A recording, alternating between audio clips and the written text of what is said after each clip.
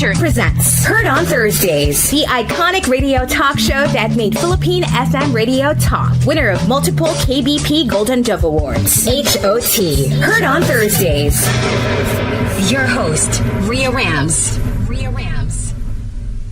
Manila's hottest Monster RX93.1. Good afternoon and welcome to the show that made Philippine FM radio talk KBP's best podcast program, Heard on Thursdays, only here on Monster. I'm your host, Rhea Rams, and Monsters, we know nowadays tattoos are everywhere. From small, delicate line work to full sleeves that tell a lifetime of stories. What used to be misunderstood as rebellion has evolved into one of the most personal and powerful forms of art and self-expression. But behind every tattoo is more than ink and skin. There's design, there's discipline, there's deep meaning. Today, Monsters, we are talking to someone who has spent over a decade mastering that balance. Charles Arteta is a tattoo artist and founder of Tema Gallery in Kapitolyo, Pasig, a space known for turning stories and emotions into art that lasts a lifetime. With 13 years of experience, Charles has created tattoos that are both technically precise and deeply personal. Each one a collaboration between the artist and the client. We are going to be talking about how tattooing has evolved in the Philippines, what really goes into the craft, from hygiene to design to aftercare, and why a tattoo can be as healing as it is expressive. This episode is for anyone who's ever thought about getting a tattoo, telling their story through art, or even just appreciating the creative process behind every line. Heard on Thursdays. Let's welcome to the show, Charles Arteta. Hi, guys. Hello, Charles. Thank you so much for being here. Why don't you introduce yourself to the Monsters? Hi, guys. I'm Charles Arteta. I'm a tattoo artist. I have ADHD, and sometimes, I don't know, it's just me. All right, well, let's start from the top. How did your journey into tattooing begin? You mentioned that you actually didn't start with an art background. Yes. So yes. Was it something that you always knew that you wanted to do, or how did it enter your life? Actually, it's way back during college pa. So, I was studying aeronautics. Okay. Yeah, during that time. And I was 17 years old and magbe-birthday na ako nun. It's 18. So, I decided to get a tattoo. So, dumating na yung araw nung session, I saw all the equipments. I was intrigued doon sa process and the equipments that are used during the process. So parang gusto ko i-try ito . So doon siya nag-start, pero like hindi ako magaling mag-drawing. Though during our meron kaming drawing classes. Okay. Pero it's more of engineering . Yeah, I was in aeronautics. Aeronautics. Okay. More on engineering siya. Like, pero you have to you have to draw these planes, pero may computation pa siya. Oh. Pero during that time, hindi ko siya kino-compute. Dinodraw ko lang siya. So, ayun. So, doon nag-start nung first tattoo ko. And after that, pumunta ako sa mga tattoo suppliers. Right. And the equipments back then was so expensive. Okay. And syempre, I'm only a student. I have no means of paying it. Right. So hindi ko siya nabili. And talagang hindi ako pinatulog nun. So I was waiting for the right time na hopefully sana mabili ko yun. Okay, sa mga nanonood, baka may mga estudyante dito. Right. Diba? Huwag niyong gagayahin yung ginawa ko. Oh no! Wag niyong gagayahin. So, dumating yung time na kailangan ko na mag-enroll for second sem. Alam niyo na kung saan pupunta to. Pero again, wag niyong gagayahin.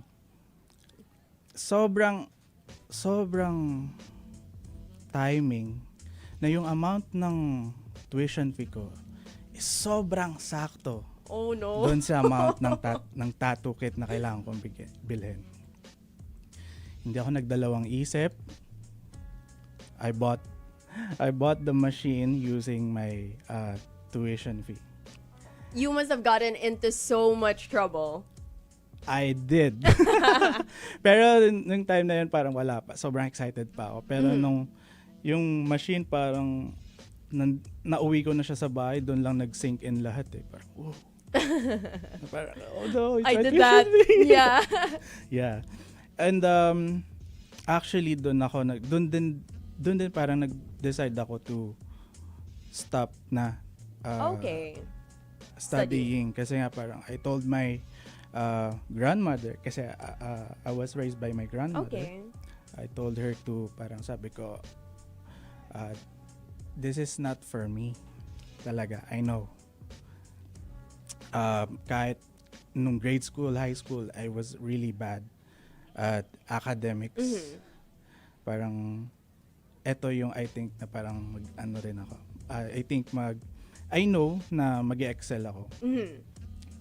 So, yun, syempre napagalitan. Of course. Pero wala rin siya nagawa. Like, yeah, okay, support lang. Yes, and I'm sure no regrets because look at where you are now. I think isa din yun yung naging motivation ko during my early years. Na parang ayoko masayang yung tuition fee na yun. Yes, tama. Yeah. Now, right. do you remember, you said that this all started when you got your first tattoo. Do you still remember what that first tattoo was? Oh my. Talaga, umiiyak ako nun. Why? Yeah. Sakit? Sakit. Oh, wait. Okay. Medyo mababa pain tolerance. Okay, ko, okay. So. And Even now. but was it in a what At they the back. Oh, at the back. Okay, fair. Was it big? No, it's maybe 4 inches, but to ano siya, dalawang design. I see. And do you remember the first tattoo that you ever designed or inked on someone? Actually, my first ever canvas is myself. Oh! Kasi during that time, yung mga friends ko, ayaw nila magpatattoo sa akin. Like, okay, which is valid kasi Right. I was just starting and Right. I was just practicing pa during that time. So since after I bought the kit, the tattoo kit, parang 1 week hindi ko siya magamit for 1 to 2 weeks. So nag-decide ako to do it on myself. Oh my gosh. Yeah. That's scary, huh? Yeah, and it's really painful. And to answer your question, yung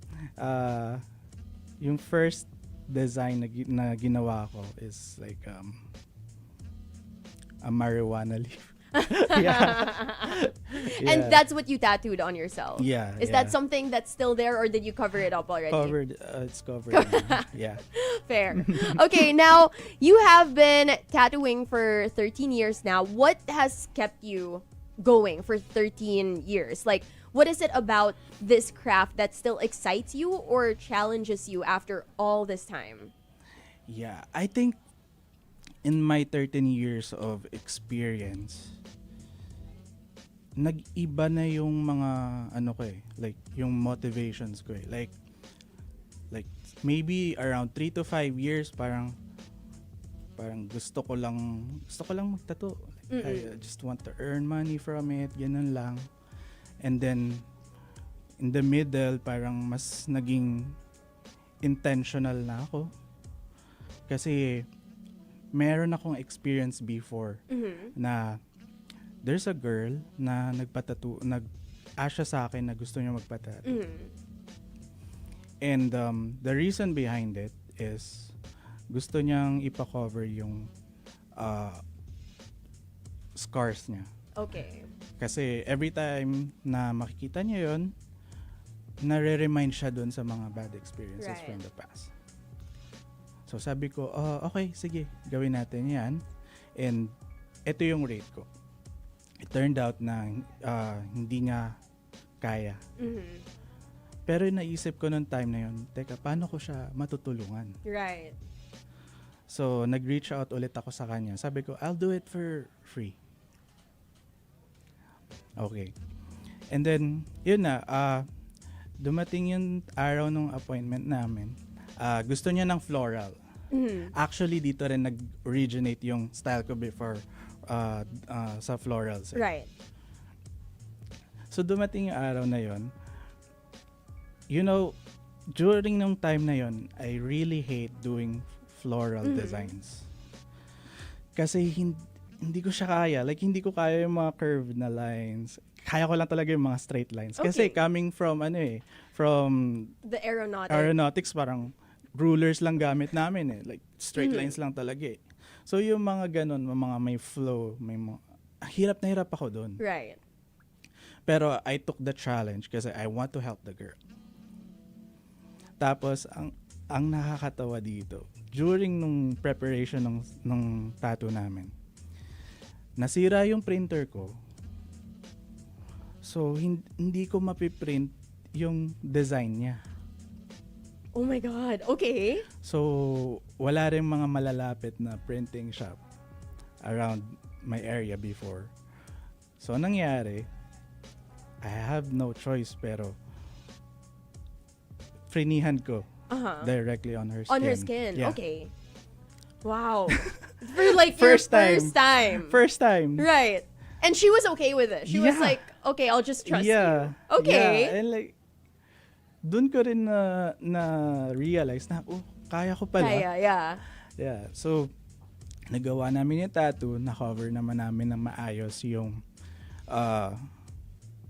mga scars niya. And, yun, happy siya. Tapos, parang after 2 weeks, binalikan ko siya, hey, kamusta yung tattoo mo? Ganyan. So, usually, when I ask my clients, how's your tattoo? Ganyan. They would normally say, it's healing nicely, ganyan. Pero yung response niya sa akin, yun yung hindi ko na-expect. Ang sabi niya sa akin, Kuya, I'm feeling better. Oh. Kasi every time natitingnan ko yung arm ko, hindi ko na nakikita yung scar. Ang nakikita ko is yung flowers. Di ko in-expect yung response na yun. And doon ko na-realize na hindi lang pala ako tattoo artist. Pwede rin pala akong mag-make ng difference sa mga taong namimit ko everyday. Sa mga clients na natatatuan ko everyday. Then, doon nagsimula na parang every tattoo gusto ko intentional. Kasi nga parang hindi lang for the client, pero sa akin din pag intentional yung tattoo na ginagawa ko, parang mas na-fulfill ko yung mas fulfilling siya, yung feeling niya. Yun. And, ayun, parang 13 years na. My motivation right now is just to show my daughter na it's possible to choose what you love to do. And you earn from it, diba? You become successful. Yes. Ganun. So it's like nandun ako sa process ngayon of documenting my journey para yung daughter ko has like a blueprint when she grows up. Is your daughter interested in tattooing also? Not yet. Not but yet. Arts, may majority in arts. Oh, love that. Mas creative pa siya kaysa sa akin. Maybe she can design the tattoos of your clients na. Yeah. All right. Well, for the monsters listening, his daughter is actually here in the booth with us. She can come say hi later on. Now, before we go deeper, I want to ask you, because you've been tattooing for 13 years. I'm sure there have been some very questionable designs. Like, I understand that you're the type of artist who likes to design with intention, but you can't avoid having a client who come to you with this design that makes you go, sure about that? what would be the most surprising or unusual design or funniest or weirdest or most unforgettable tattoo request that you've ever gotten or done? Yeah. So I think I have one. I think this was before pandemic. Mm-hmm. There's a girl na yung design niya is like name ng boyfriend niya. Mm-hmm. And ang nakalagay, this is a property of Okay. name. Okay. So parang ako, ginawa ko pa rin siya out of parang ma-experience ko lang. Uh-huh. Pero parang after nung medyo parang medyo nag-mature na ako. Parang hindi rin pala okay. So, when you get those kinds of designs, do you decline? Yeah, I think kasi din parang pag umabot ka na, parang darating ka sa point na you're able to decline Mm. or you're able to choose what you want to tattoo. Okay, that's fair. Yun. That's interesting. So, because of course, like as an artist, usually the job is to deliver the design that the client wants, no Yeah. matter how Yeah.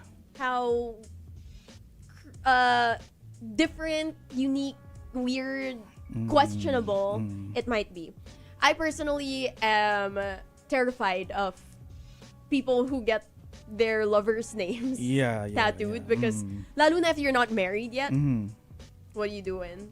I mean, you can always cover it up, but still, right? But it's interesting to hear that there are artists who actually decline. Because usually I hear artists declining because they're usually for walk-ins, right? When they come in intoxicated or... Yeah. Right? I've experienced that a lot before. Oh, okay. During my, yun nga, parang early years Like parang nandun ka pa sa parang grind mode. Right. Na parang you're accept everything. Right. Ganun. Now, Tema Gallery has built such a name for story-based tattoos. So these are designs that carry a lot of emotion or memory. Can you talk about what storytelling means in your work and how do you translate someone's personal story into a visual design? Okay. So si Tema kasi based talaga siya. It's actually Tema comes from my story.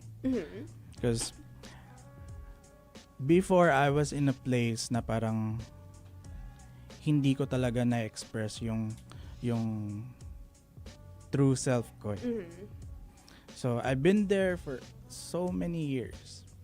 Parang parang yung pinoportray ko na image, it's not me. And then dumating yung time na parang na burnout, na parang I had to parang get out of this place. And then doon nag-start na si Tema. So parang it's a place where you can express your own theme. Whatever theme you have, you can express it.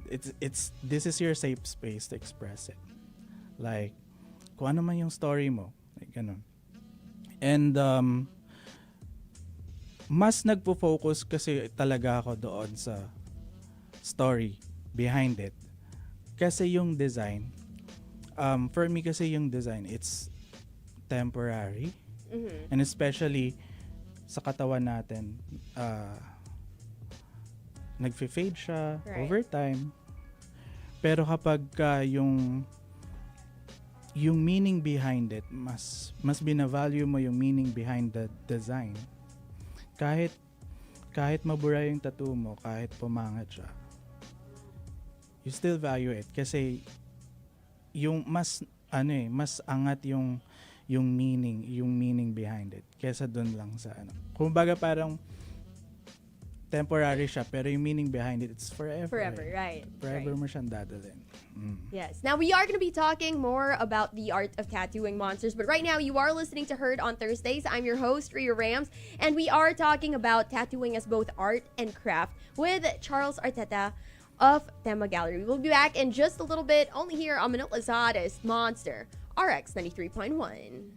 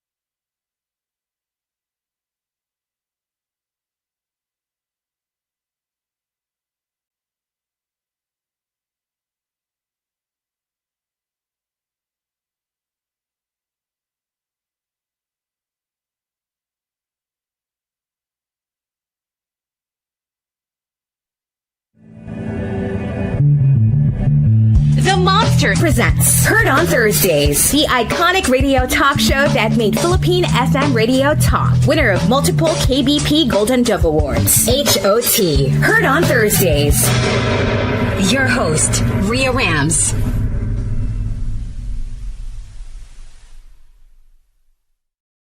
We are still here with tattoo artist and Tema Gallery founder Charles Arteta. We are diving into the creative and technical side of tattooing. So, Charles, tattooing looks effortless when pros do it, but I know that there's a lot of skill and science that goes into it. So, how does one actually learn to tattoo? What was the learning curve like for you? I mean, you kind of mentioned it, but I know that you also are a mentor. You hold classes for those who want to learn how to become a tattoo artist. Yes.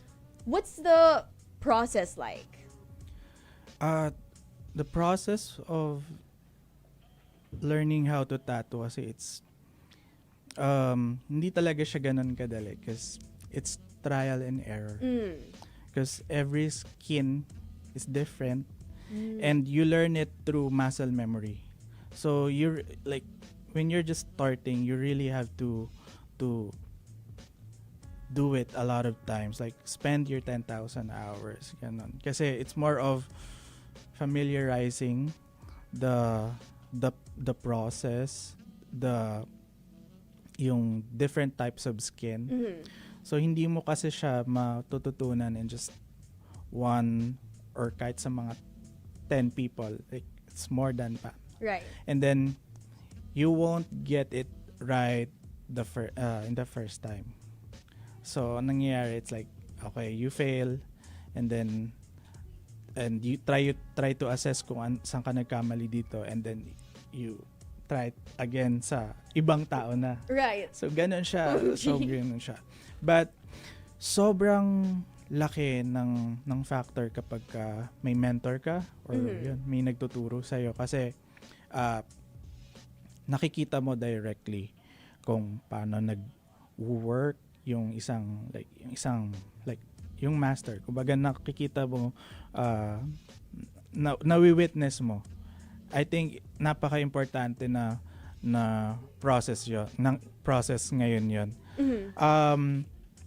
Nowadays kasi dahil yung mga like yung mga online class or online yung mga lessons, Right. sobrang available na siya online. Nakakatulong siya pero mag-isa ka pa din eh. Right. Diba? So for me, ine-emphasize ko yung yung importance ng pagkakaroon talaga ng mentor para may mag-guide sa'yo. Especially, it's skin eh. Right. And it's permanent. Yes. And actually, tattooing is considered as a minor surgery process. Oh, okay. So, That's hindi siya basta-basta din talaga.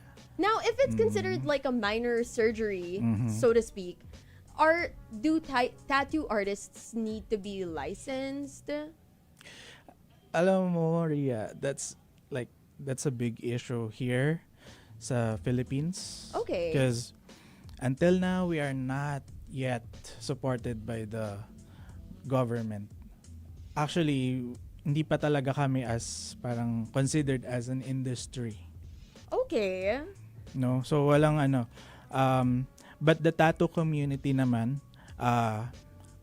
ang gusto ko sa tattoo community is they're doing their own way to educate yung mga aspiring tattoo artists. Right. No? So, nagkakandak kami ng mga sarili naming seminars about blood-borne pathogens. Wow. Like that. Okay.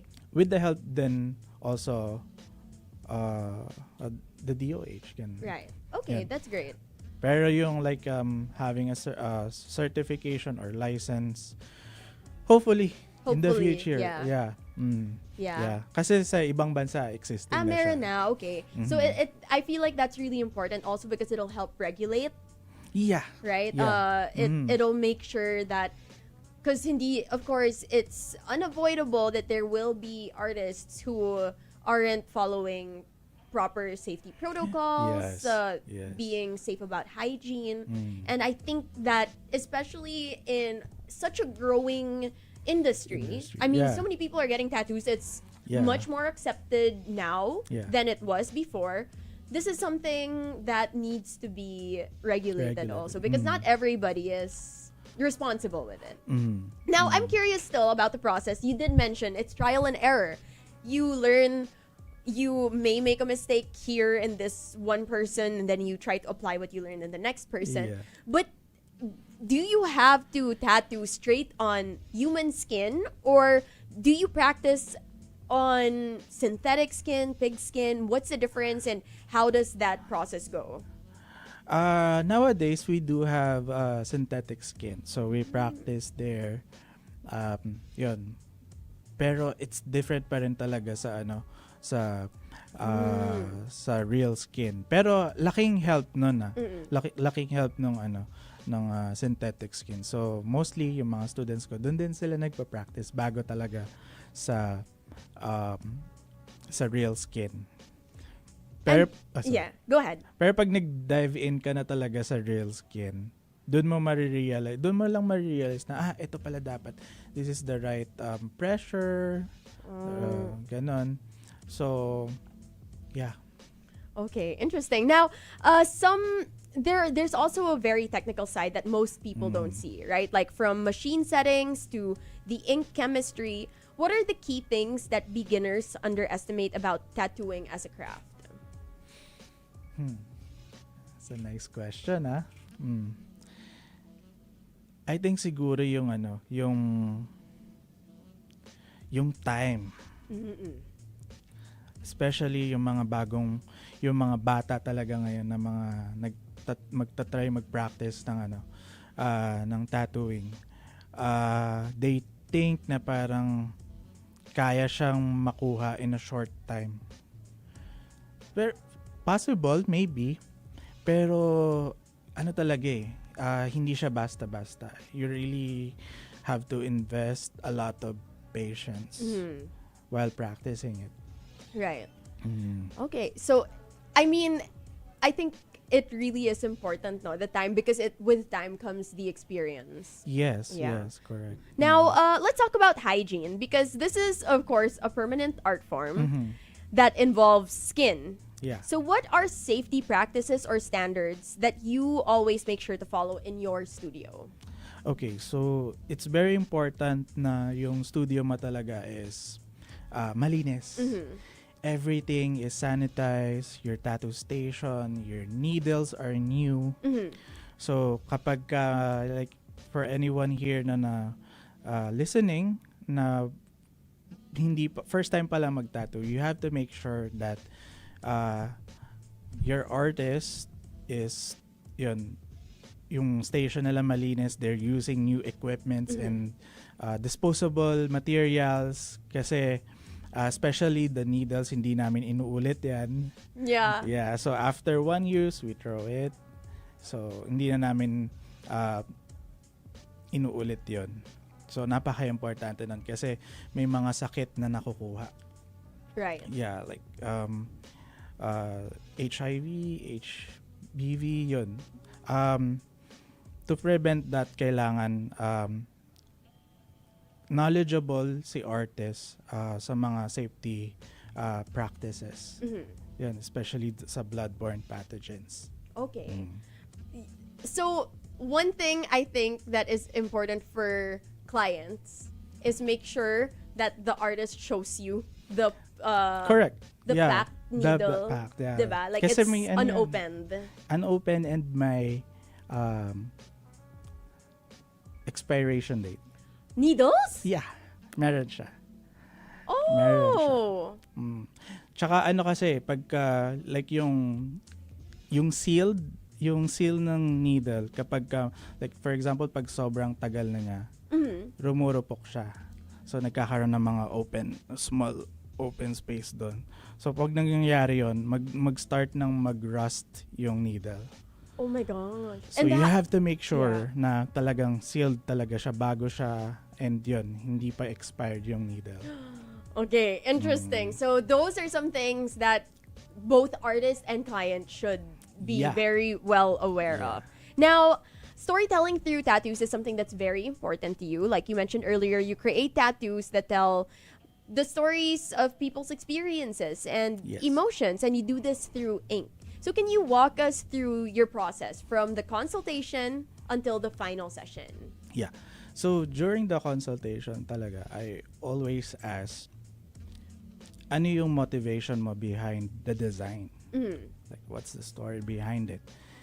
So, like, usually, like my clients right now, they want to get this tattoo because they want to represent their Filipino heritage. Ganyan.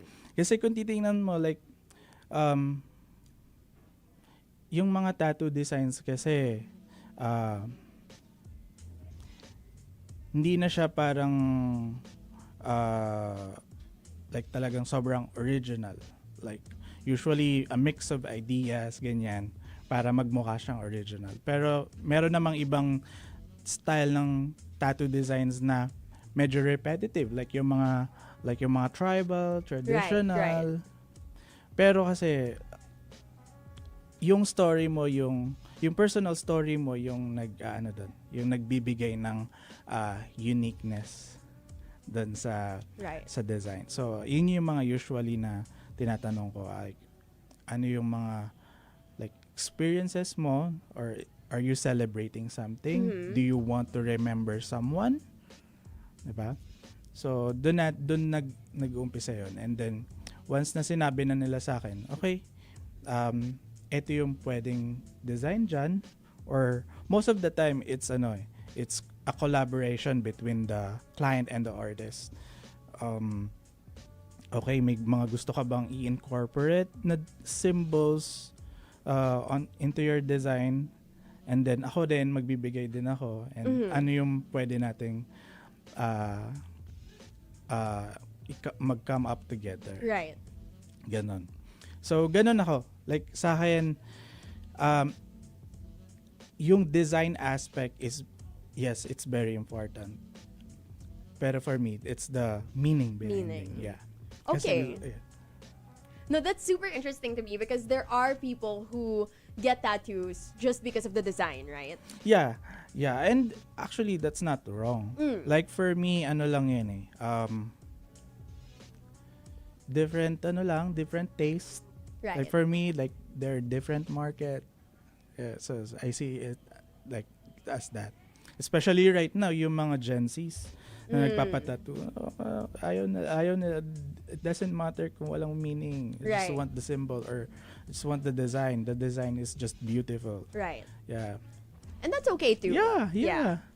And yeah, that's okay. It doesn't matter. But I also am the type of person who gives importance to the meaning, or at least the story behind the tattoo. Like, why did I get it? Yeah. Not like that's a very important question to me, but it's okay if it's not to other people. Yeah. Now, do most clients come in with a very clear idea of what they want, or do you find that part of your role, is really helping them find what they want to express through the tattoos?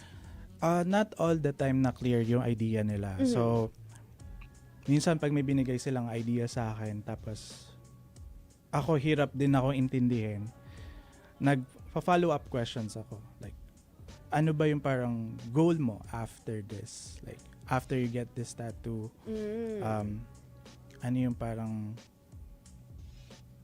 impact niya after? Right. Ano yung nakikita mong parang desired future state after the tattoo? Ano yung impact niya? Ganon. And, nasagot ko ba? Sorry. Yes. Nawala ako bigla. Sorry. Pero yun, it's mostly talaga collaboration with the client and the artist. And ako naman, my job as an artist is to provide clarity din sa client. Right. Diba? Kasi like what I said in my previous content, na parang I don't say yes to every tattoo idea. So it doesn't mean na parang in-invalidate ko yung idea mo. Pero let's dive deeper. Diba? Ano yung pwede? And ano rin yung pwede kong i-suggest, ganun. Right. I think that's really intentional. It's the intentional part of putting something in your body that is permanent, right? Now, do you ever find that hearing people's stories affects how you see your work, like, or your own art? Like, do those stories stay with you long after the session ends? Yeah. Kasi like I said kanina, may impact din sa akin eh.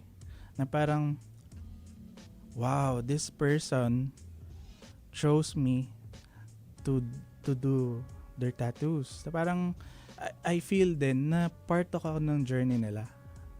And so parang doon ako na bubuhayan. Na parang, okay, like, kasi hindi rin naman ganun kadali yung trabaho namin. Diba? Syempre may ups and downs din. Tapos syempre, 13 years of experience, talagang may time na nandun yung success, pero nandun din yung time na nasa baba ka. Pero yun nga, pag once kasi during challenging times, doon mo iisip na yung mga stories nung mga clients mo, pinagkatiwala nila sa'yo. And you can always use that that stories para mas to do better, or to parang kahit maintain lang ganun. Right. Yeah. And I think it's just so it's also kind of therapeutic for the client, Yes. to be able to Yes. share that story and to Yes. translate it into something beautiful. Like the story you shared earlier, she turned something that was painful into something, like a sign of growth, maybe. Yes. Now, Yes. on a creative level, have you ever hit blocks? You did mention that you were at a place before where, you felt like you couldn't really express yourself. Now, how do you stay inspired? Especially because, there's visual, emotional fatigue, right? And every tattoo has to be personal, Yes. or original as much as possible. So Yes. how do you deal with that? Okay. To be honest, it's hard. But syempre yun nga, parang yung like na siya, parang collective na siya, motivation na your family, yung clients mo, parang you have to keep going. Kahit na alam mong like mahirap, or yun during ng like mental blocks. Like, sobrang common niya. Sobrang common niya, like sa mga tulad ko na artist. Lalo na ako, may ADHD ako. So, ayun, I managed to to fight it. And meron lang talagang time na yun, may mental blocks talaga. And I really appreciate yung mga clients na they're also being patient with me na okay, yung design hindi pa siya ready. Right. Ganun. And sometimes, ano pa nga meron kang isang nagawa mo na pero parang hindi ka pa rin satisfied, right? 'Di ba? So yun. So parang kailangan mo din talaga like ako minsan kapag like deadlines na mas dun nagfo-flow yung creativity ko pero pag masyado pang maaga parang okay, nagawa ko na siya pero parang hindi pa ito yun. Ganon. May mga ganong moment din. So when you do your consultations with your clients, do you do it on the day of the tattooing session or do you do it online? How does that normally go? Usually online. Okay. And then tapos pag dumating na yung appointment, before we start, may final kami, discussion pa rin kami. I see. Just to finalize everything. Ganun. Meron naman meron actually may mga clients na like hindi na kami nag-discuss online tapos pagdating doon na parang na siya, diretso na before we start the session. Okay. Okay din. Kasi may mga clients na like I leave it up to you. Oh, do you prefer that or do you like it when the client has at least an idea of what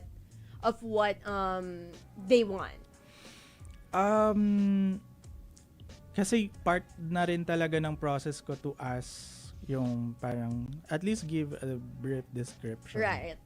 Pero yun, parang kahit nagbigay na sila ng idea nila, pero ikaw na rin bahala. So, parang like nowadays, never na ata ako nakaka-experience na may dumating tapos wala akong idea.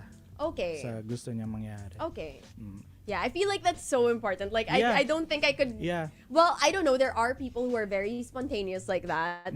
So I'm curious if the Monsters, if you guys can do that. You just go into a tattoo studio and you're like, ikaw na bahala, whatever you want. Yeah, ang dami. Oh my gosh. Ganun. Okay, interesting. Well, we are gonna dive deeper into the world of tattoos. But right now, Monsters, you are listening to Heard on Thursdays. I'm your host, Rhea Rams, and we're talking about tattooing as both art and craft with Charles Arteta of Tema Gallery. We'll be back in just a little bit right here on Manila's hottest Monster RX93.1.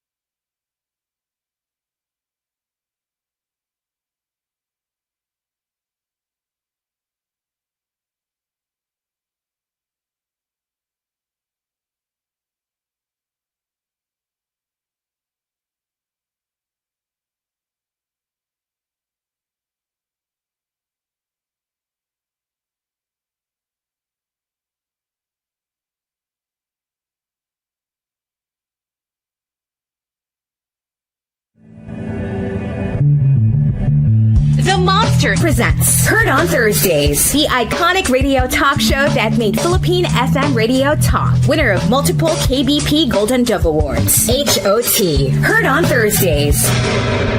Your host, Rhea Rams. Manila's hottest Monster RX93.1. Welcome back to Heard on Thursdays Monsters. I'm your host, Rhea Rams, and we are here with Charles Arteta, learning everything you need to know before you get a tattoo. So this is from pain levels all the way to aftercare. So let's start with something that everybody wants to know. How painful is it really? I mean, of course, the answer here is it depends on your pain tolerance, right? But when it comes to the body parts, where usually is the least painful, and the most painful spots to get tattooed? The least painful spots to get a tattoo is mostly arms talaga. Okay. Yan. They say sa mga, there's no explanation pero you will hear this sa mga like mga senior na mga tattoo artists. Kapag ka daw ay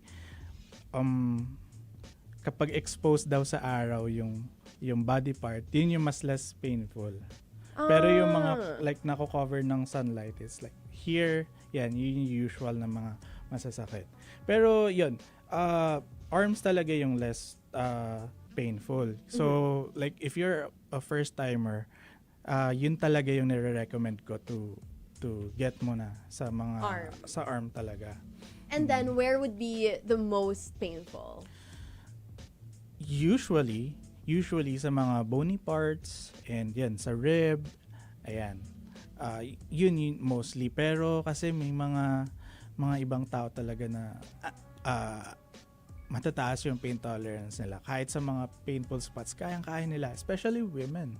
Kasi women has higher pain tolerance compared to men. Oh, that's interesting.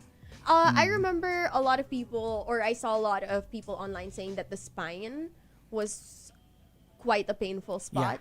Yeah, kasi may bone yeah. But I got it there. I got that tattoo on my spine, just sharing, and I was super surprised because I was like, that's it? Diba? What are you talking about? So I think it does differ from person to person, but these are some of the common spots that are painful. Some people say the painful ones are also in the leg area, like the calf, sa knee, yan. Yan, masasakit na part din siya. And okay, what about the spots where, because people say like it's not the most advisable to get tattoos on your hands because you use it a lot and it's more likely to fade. Yeah. Is that true? Yeah, that's true. Mostly sa fingers. Kasi lagi siyang nababasa. And I think na iba yung wala kasing muscle na nag-hold din nung ink. So it's purely bones, diba?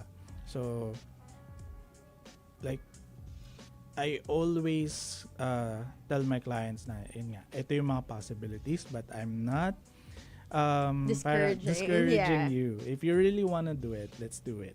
Pero ito lang yung mga possible. And it's okay, like let's say you get a tattoo, it starts to fade. Is it possible for you to go over it again to siguro for me siguro may limit lang din. Okay. Kapag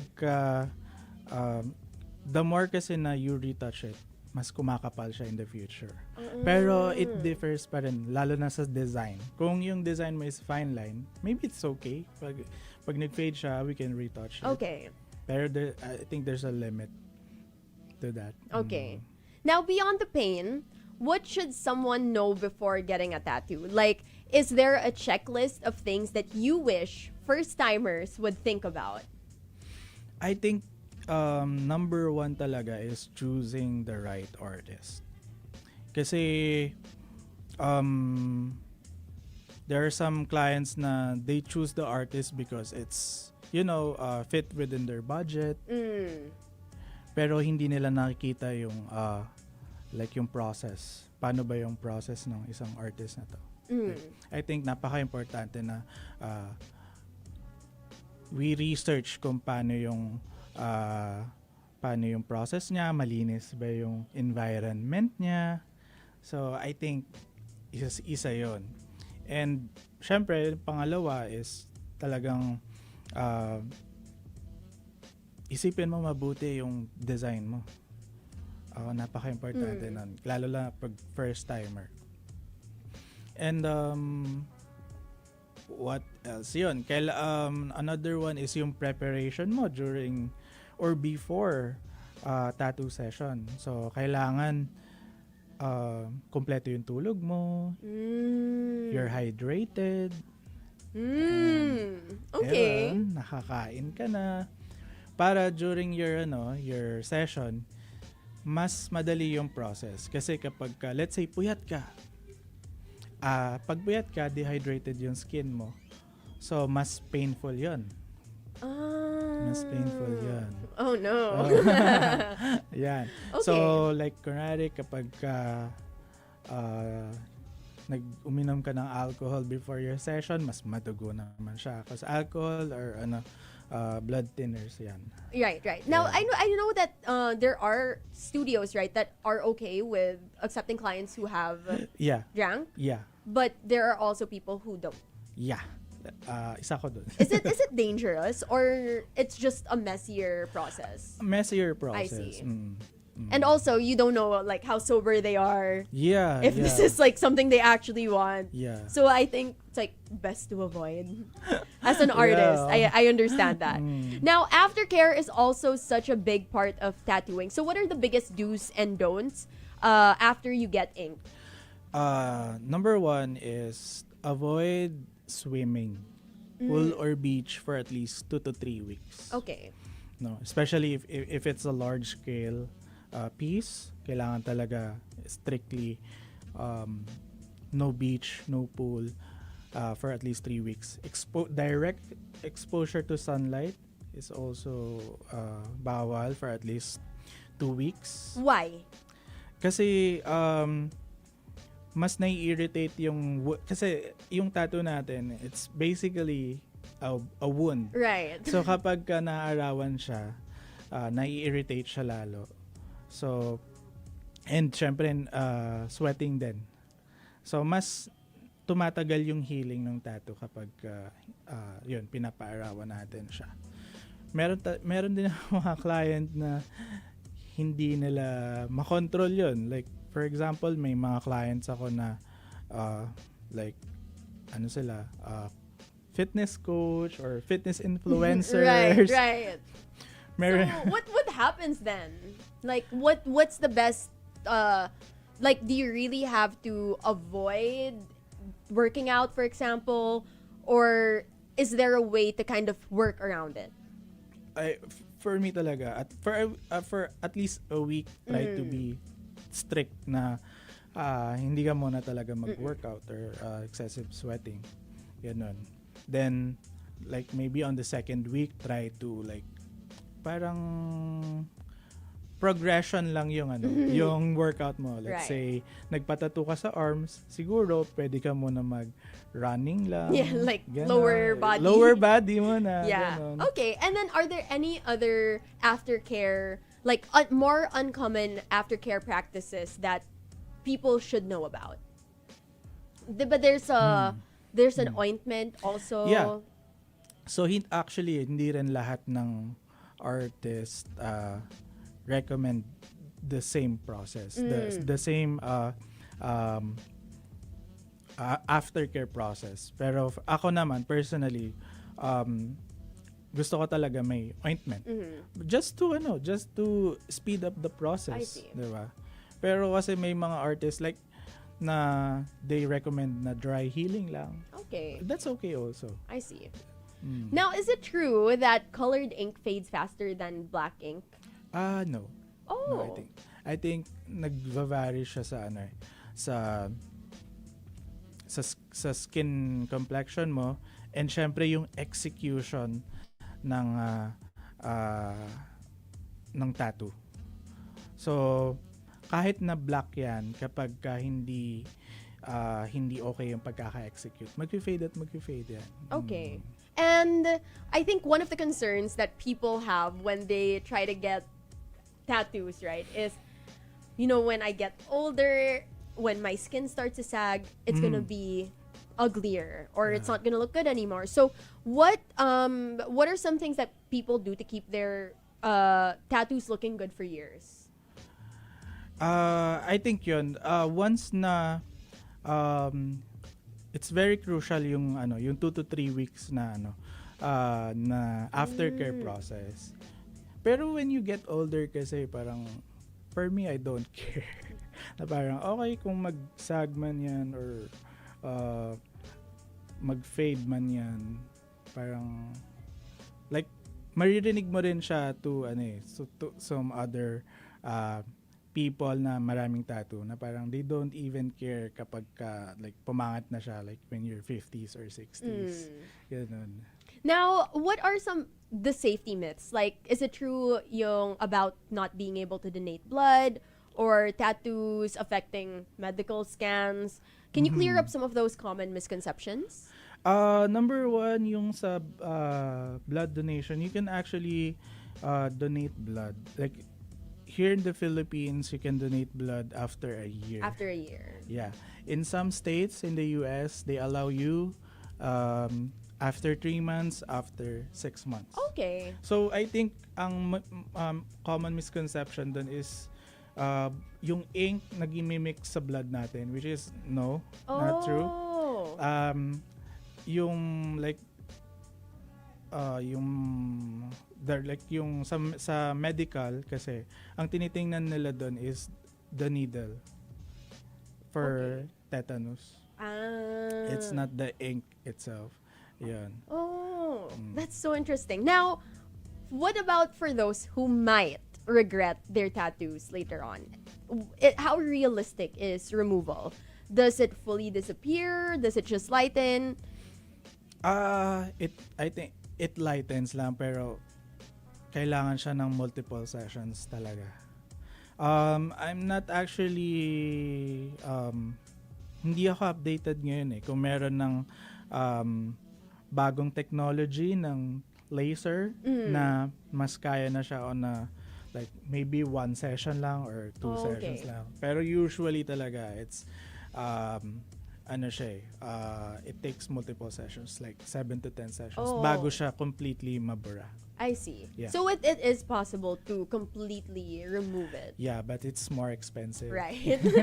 So that's why you have to think. Yes. Now, do you have any tips for those who want to get tattoos to ensure that they don't regret it? Yes. Be intentional talaga. Pag-isipan nyo mabuti yung design ninyo. Choose the right artist for your tattoo kasi it's an investment. Right. It's an investment. I agree with that. Now, and I think when it comes to tattoo artists, there's also, you kind of have specialties, right? Yeah. Like there's some tattoo artists who are who specialize in realistic tattoos. There are those who specialize in florals, in fine line. So I feel like that's also one factor to look into. Yes, that's correct. Like yun, try to check kung sino yung artist na nag-specialize nung gusto mong style or ng idea mo. Now, there's so much personal meaning in tattoos, but there's also so much misinformation. So what is one myth about tattoos that you would love to correct once and for all? I think usual, like yung tattoos can cause cancer. Kasi like until now, wala pa rin talagang definite na study na nagpapatunay na it really cause cancer. Okay. Okay. And number 2 is siguro applicable lang to today. Yung hindi ka makakakuha ng trabaho. Right. Yeah. Back then, it was true. Yeah. People were very meticulous about Yes, that. But I correct. feel nowadays, the acceptance... Yeah, sobrang like I think na tayo doon, mas nagiging acceptable na. Like you can see sa mga coffee shops, sa mga restaurants, may makikita ka na ng mga employees na visible yung tattoo. Yeah. Na hindi maliliit lang. Talagang makikita mo full sleeve. Yeah, right. I know before, one of the industries that was very meticulous about this was the food industry, right? Yeah. But now, I do see a lot of chefs with full sleeves. So it's great that, we're heading towards that direction also. Now, Monsters, you are listening to Heard on Thursdays. I'm your host, Rio Rams, and we will be back with more stories and ink talk with Charles Arteta, only here on Manila's hottest Monster RX93.1. Yes.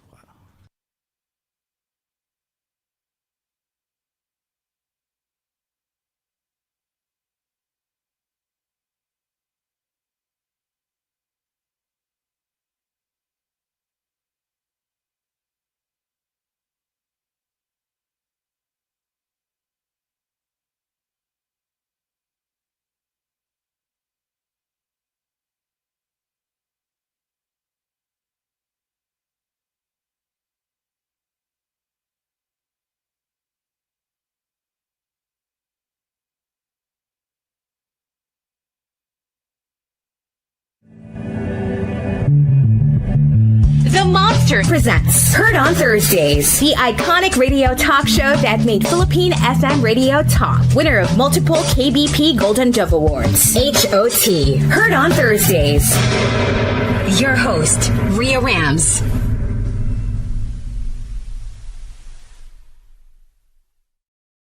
Thursdays. I'm your host, Rhea Rams, and we are wrapping up our deep dive into the art of tattooing with Charles Arteta of Tema Gallery. Now, tattoos have come a long way, like we were just talking about. It was being seen as rebellious before, to now being recognized as high art. How have you seen tattoo culture evolve here in the Philippines over the years? I think, grabe, nag-evolve na rin talaga siya over the years. Especially, recently I just came from Singapore. So we went to a tattoo convention there. And yung convention na yun, it's the biggest tattoo convention in Asia. Oh, wow. Congratulations. Yeah. Yes. And ang daming mga Pinoy na nag-compete. And ang dami ring mga Pinoy na nanalo. Wow. So parang it's really a parang evidence na yung artwork or yung artistry ng isang Filipino is pang global talaga siya. For global talaga siya. Hindi lang dito sa Philippines. So I think syempre sa tulong din ng ibang cultures talagang natulungan din mag-evolve yung tattoo art dito sa Philippines, sa mga artists dito, yung influence ng western, right? Diba? And syempre yung technology. So syempre laking tulong ng technology talaga sa pag parang advance ng tattoo industry. Right. Now, you did mention technology, but there's also the traditional... Yeah. What's that called again? Batok. Batok. Batok. Batok? Batok. Yan. Yeah. Batok. Yeah. Yeah. So what's the difference of, well, aside of course from the obvious, what's the difference of getting ink in that way versus the machines? So yun, so mostly hand tap siya. Hand tap siya, hindi siya yung parang wala na siyang like purely hands lang and the needle. So parang tinatap lang nila yun directly on the skin. So I think the difference is mas masakit siya. Like ako in my own experience, mas masakit talaga siya. Pero hindi mo na rin kasi titingnan yun Parang titingnan mo yung experience. Yes. The culture. The culture, right? yes. Now, some people get tattoos just because they like how it looks, while others are particular about their meaning, like we talked about earlier. Now, as a tattoo artist, what's your take on this? What do tattoos say about self-expression today? Do you think that they've become kind of a modern diary or like a wearable journal? I think yes. Naging na talaga siya ngayon. Parang it's a way of expressing your story. Your story. Hindi na siya art lang. It's beyond art actually. I love that. It's beyond art. Now, Tema Gallery has built a strong name in the tattoo scene. How would you describe your vision for the studio? And what kind of environment do you try to create for your clients and, of course, your artists also? Number one, it's my main priority is to provide a safe space for my clients who wants to express themselves. No? Na parang walang magja-judge sa'yo, ganun. Right. Yan. Okay. Nah, I do think like it's so important also for the tattoo artist to create that kind of environment, because again, this is something, this is like you said, it's beyond art, it's your story. So imagine if you go to an artist who kind of judges you for the tattoo that you want, right? That would not be the best experience. Yes. So before we wrap up, for anybody who's listening, who's inspired to, explore tattooing, whether as an artist or even a client, what is your biggest advice? I think yung sinabi ko ulit kanina na be intentional.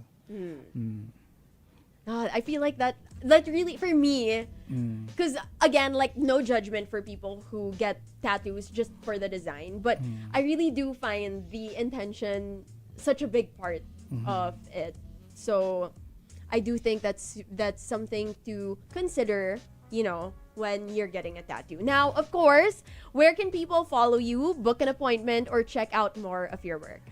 So guys, you can check us out on Instagram and Facebook, Charles Arteta, and Tattoos by Tema. There we go, monsters. At Charles Arteta and at Tattoos by Tema for appointments, for consultations, and just general questions about tattooing. Now, Charles, thank you so much for joining us today. This conversation has been so creative, and also just hopefully the listeners who are thinking of getting tattoos take everything into consideration that we talked about. So this is also a really great reminder that tattoos are more than just skin deep. They're stories, they're symbols, and it's art that lives with each person. So once again, monsters, this has been Heard on Thursdays with me, Ria Rams. Before I let you go, is there anybody you want to give a shout out to? Yes. Actually, kinausap nila ako kanina. So guys, shout out kay Aaron, kay Vixon, kay RK, kay Jay, and lastly, sa wife ko, hi Anna, I love you. Oh, love that. I bet she's like, oh. And again, Charles, thank you so much. Today, monsters, we talked about the art, meaning, and modern craft of tattooing with tattoo artist and, of course, founder of Tema Gallery, Charles Arteta. Thank you, guys. Thank you for so having much. me. Yes, thank you for being here. Monsters, catch us again next week, same time, same place, only here on Manila's hottest Monster RX93.1. Monster exclusive interview. Monster exclusive interview. Only from Manila's hottest. Monster RX93.1.